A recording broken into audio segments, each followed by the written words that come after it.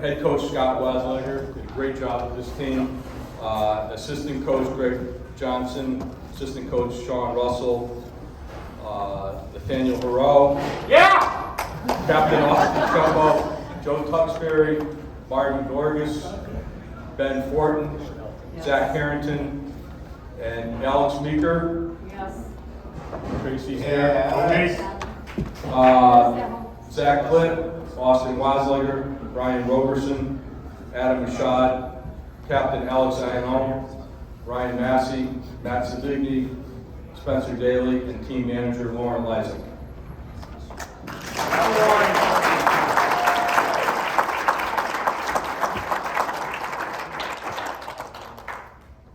You know, one of the things, the difference between, you know, a good team and a great team is, you know, a good team will have a high degree of talent. And, you know, they accomplish some good things. They have a decent record, but maybe they don't get all the way to the finish line.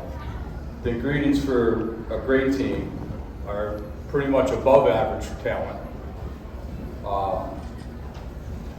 Great coaching, obviously, and, you know, off the charts chemistry. You got to have chemistry to win, and you got to have, you know, you hear the cliches. You got to be pulling the rope in the same direction, right? And if you don't have that, you're not going to win. If you have a lot of talent, but you don't have the team all on the same page, knowing their roles, understanding their roles. Somebody goes down, the next guy gets in. You know, making a great play even as a pinch runner. You know, great base running. You know, it might not get noticed, but that's part of the game. And you know, there's a lot to everything that these guys did. Everybody had their part. They came off, you know, a 3-17 season the year before, but out of those that season there was 8 one-run losses, and they turned that around. They played tough. You know, the next year, every out, you know, was a hard-fought out. They didn't, you know, at the plate, they battled at the plate. They didn't give up any outs at the plate. They pitched well. They played great defense, and they got a lot of clutch hits. But the message from the beginning of the year was, you know, from Coach Wasliger was, yes, we had a tough year last year, but the good news is that the team had the opportunity to orchestrate the greatest turnaround in East Hampton baseball history. And again, they won 8 one-run games the following year.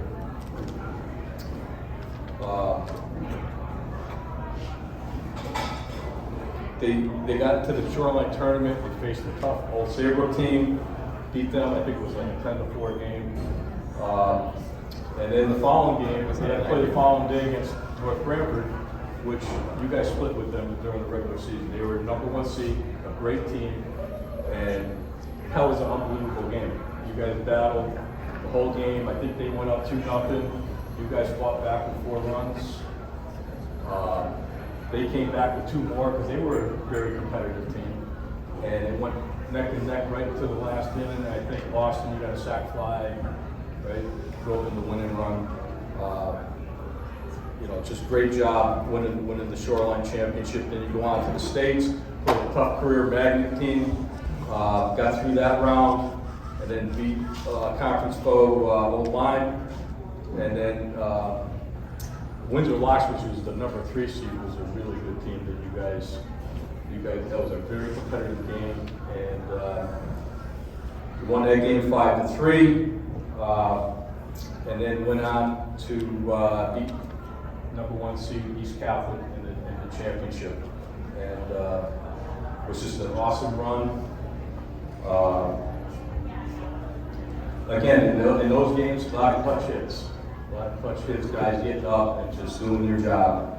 And at the end of everything, the coaches, CISC coaches voted you guys the #1 team in the state. So that was a great honor as well. But it was my honor to nominate you guys for the Athletic Hall of Fame, and I'd like to introduce Coach Wasliger to say a few words.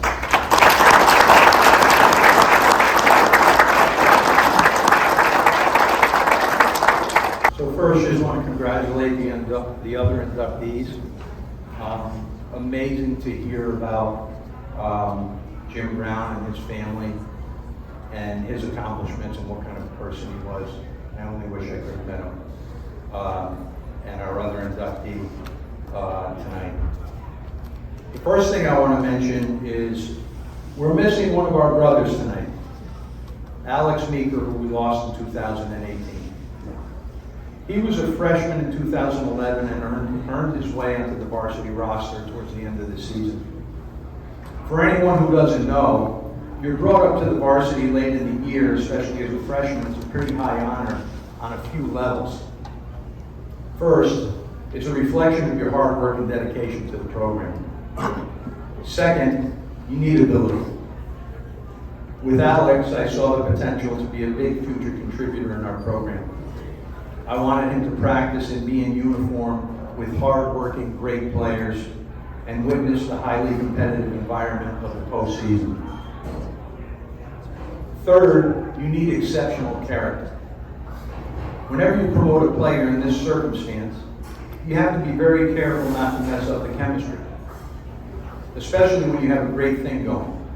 If there's a doubt at all, or you're even the slightest bit unsure, the default is to not bring the player up. As a head coach, you never forgive yourself if you screwed up the chemistry of a great team like we had in 2011. With Alex, it was a no-brainer for me. He was a great kid, he'd work hard, and he wouldn't say too much. Because of our deep run, he got significant practice time and started to see what it takes to be successful. I'm so happy that he got a ring, because he proved me right, and he deserved it. The byproduct was he saw firsthand what elite looked like. Hard workers, great leaders, passion for competing, confidence and swagger. He took that experience and became the standard for development in our program. He won a job in center field and became one of our best players over the next few years, helping us to another conference championship in 2013. And in his time at East Hampton High School, we were 65-27, a .706 winning percentage. Number 28 was a winner. He was the type of player that was coachable as well as teachable. He wouldn't just listen with respect, he'd implement the concept. He was a great confidence builder for me as a coach. He'd reinforce and put into practice everything he learned. We used to talk about adversity extensively. We tell the guys that it would always rear its head, but how we dealt with that adversity significantly impacted our result. Nowadays, we teach that as something called E+R=O, event plus response equals outcome. During games, if we were having a rough moment, we look at each other and say, here's our adversity, guys. We knew it was coming. Let's handle it and move on. Alex always provided me with intel as he got older. He'd tell me what guys in the team were thinking, what we might need in the name of winning. And we got after each other a few times. We got in each other's face one time. He came off the field, I yelled at him, I apologized, because I was in the wrong. And Alex said to me, Coach, no sweat, we're good, let's move on. When he got sick, we were texting one day and he said, this is my adversity, Coach. That moment may have been the most touching and inspirational of my career. I'll never forget it. I was at the gym, just finishing up a workout, full of sweat and lying on my back stretching. I cried. No one around me could tell because my face was full of sweat. The tears mixed in. He dealt with the situation with grace, grit, and unrivaled toughness. All the qualities that our 2011 team had, and all the things that were pillars in our program. Through his fight, he taught me more than I ever taught him.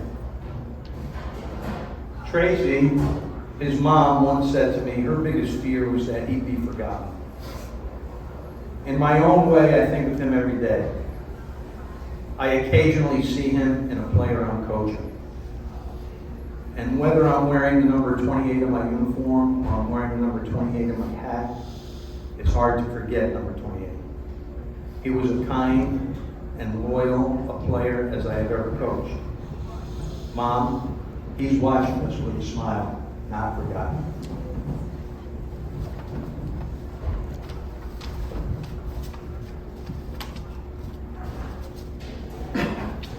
During the span of 2008 through 2014, we were lucky to win 3 Shoreline titles and appear in 4 straight title games from 11 to 14. But although rewarding, memorable, and historic, conference titles don't compare to winning a state title. It's a different level, and here's why. When you win a league or conference title, you then move on to another tournament. There's not much time to enjoy the accomplishment. In that next phase, there's something about getting to that pinnacle where it's the final game. It's the furthest you can possibly go. You win your last game. Every other team's season ends in a loss. Everyone should get that experience, that feeling. There's nothing more to prove at that point. No one else is better, and it can't be argued. In our case, the extra icing on the cake was that we were voted by a coaches committee, which included, I think, Coach Magner, who's sitting a few feet from me.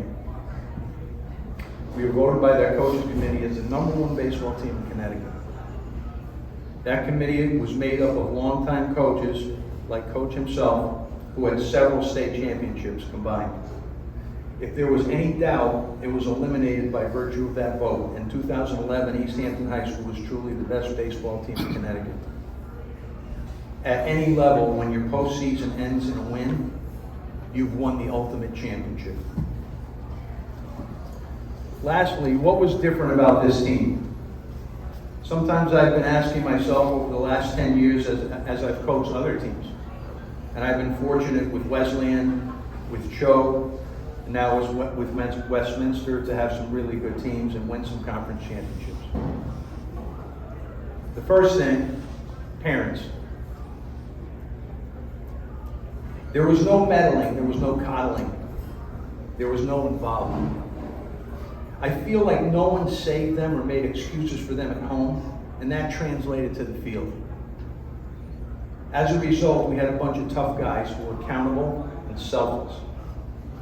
All they wanted to do was win. They were not average in any way. They had a blue-collar, gritty approach. They were fearless and played with an edge. They would come to your school, beat you, and sometimes let you know about it on the way out. They paid attention to every detail on the field. And an example of that was every single practice that year, we practiced a gadget play called Keep Me Honest. Keep 'em honest. And at the end of practice, for the last 5 minutes, we worked on a play that we knew we might never use. It was a pickoff play. When we opened the state tournament against Career Magnet, we were flat. After winning the conference championship, it took a lot to get us going. There was a rain delay. And then they had a runner on second base, and we put in Keep 'em honest. The guys executed the play to perfection. We picked the runner off. The game turned in our favor, and we got on a run towards the state championship. These guys had a myopic approach, never got ahead of themselves, always focused on the day's practice or game. Even as the stage got bigger, they were oblivious. For example, when we won our semifinal game against Windsor Locks, one player, and I think it might have been Alex, said, "We get to play one more game, right, Coach?" I said, "Yeah, it's a pretty big one." At some point during the season, we did sense we had a special vibe. Guys knew we were leading the pack. Our mantra became chase the ringers. There were doubters as we got deeper in the tournament. Some people in our town, even high school staff, had a hard time embracing the edge these guys played with. Some even rooted against us. We called it outside noise. This team was 100% on the same page with each other. Completely congruity. From the From the leadoff hitter to the last bench player, not one guy cared about himself. I can't stand here off the top of my head and remember any individual statistics. And I bet they can't either. But I can tell you the record is 22-4. I can tell you they were not the average group of good baseball players. And each one is still competing and winning today.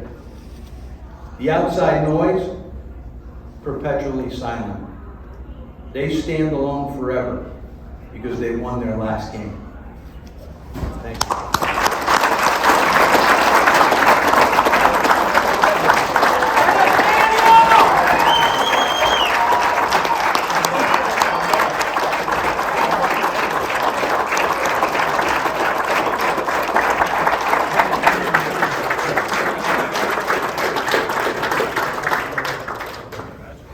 To say a few words, I just want to introduce our captain, Austin Shumbo. Austin. Yeah! A couple things about Austin. Prior to the postseason starting, we had a practice, and he was driving away in his car, and I asked him to hold up for a second. He wasn't hitting as well as he had been earlier in the season, and I said to him, "Hey, Austin, I'm thinking about moving you down in the lineup. And the only reason I'm asking you is because you're a senior captain and you've earned that right." And he looked at me and he said, "Coach, whatever you need, whatever helps us win. Whatever helps us win," and I'll never forget him saying that. In the championship game, there's no better person that I could think of to get the winning hit. He was the poster child for East Hampton sports, basketball player, baseball player. Good-looking guy. Great looking guy. Respectful, well-liked by teachers and all his peers. If there was ever someone who was the poster child of East Hampton sports, it would be Austin. Little known fact that he doesn't even know is, in the first two at-bats of that game, he was completely blown away by the pitcher, Tucker Pansiero, who threw close to 90 miles an hour. The third at bat went like this: strike one, strike two, foul ball. And I think we knew at that point, because we always talked about perspective, and I asked him about this later, and he said, "Coach, I had one more left, though. I had one more left." The next pitch was a pitch high and outside, and he took it. He did not swing at it. And that's the pitch he had struck out on earlier. The count being 1-2, at that point, we knew we had it. Base hit to left field, the most historic hit, the most historic moment in East Hampton sports history. I give to you, my friend, my captain, Austin Shumbo.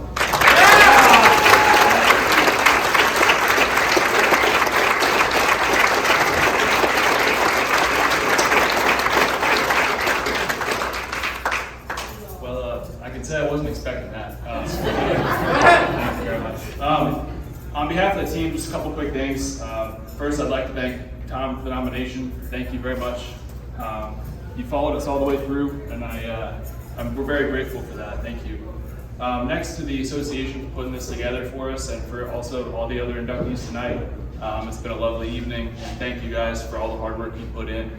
As Mike mentioned earlier, it's a group of volunteers, and we all wouldn't be here without you guys. Thank you very much. This kid is good.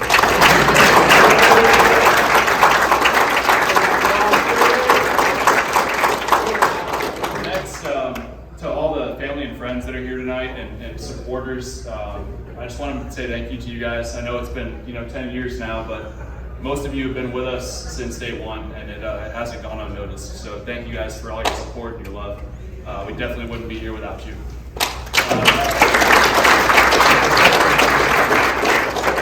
It's been a few years, I know, since we've all been together, and a lot of things have changed since then. As Coach Braley put, we did lose a brother. Alex is still with us here today, and he will definitely not be forgotten. A lot of us have moved, have started families, have settled down, have kind of all gone our own way in life. And one thing that I really hope that every kid has the opportunity, speaking for myself as a new father, some of the team being fathers, just to have this experience to be a part of a team like this. It kind of goes unsaid, obviously, with the accolades that we were able to achieve throughout the season, but I know 10 years later, I can still call anybody up here at the drop of a hat, they'd be there if they needed something. And that's just not found too often today. So I hope that everybody gets that opportunity, and thanks again. Like Coach and Austin put, you know, we grew a bond that we'll have with nobody else. The brothers that we made on this team, after practice, McDonald's runs, running hills in the rain on Easter Sunday because Coach didn't like us. There's not enough good things you can say about this group, this team, and I'd like to mention Lauren. You know, not often that you get a team manager that does anything for you guys.